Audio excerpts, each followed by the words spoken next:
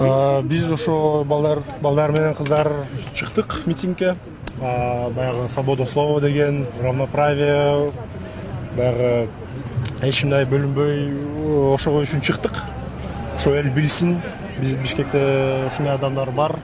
Баягы өздөрү демократия сыяктуу айтат. Баягы демократия бизге керек. Биз ушу феминист, ЛГБТден келгенбиз балдарыбыз.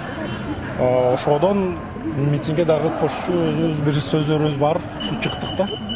Азыр бул жакта ошо сиздер биз келдик деп атпайсызбы? Сиздер канчалык көпсүздөр? Биякта митингге чыгып аткан башка адамдардан канчалык көпсүздөр? Ооба, ошо азыр бүгүнкү митингге келген үчүн адамдарыбыз баягы соотношенияга караганда биздикилер уже нормально болуп калды. Азыр өзүңүз көрөсүз да. Болжол менен ошо канчага жакын, мисалы өзүңүздүн? Өзүм точно билбейм, бир 50-100 адамдар бар да.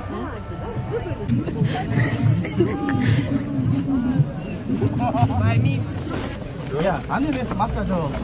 Awal mau dia meeting. Harusnya mau kata GPL mes proud. Бир суроо. Мына сиз өзүңүз Таластан болосуз, улуу жазуучунун кызысыз. Манастын жети осаятын билесизби сиз? Боже мой, отстать от меня, хорошо?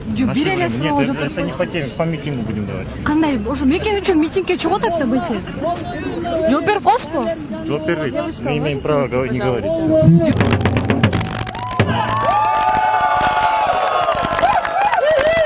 Чоң рахмат, большое вам спасибо, чоң рахмат.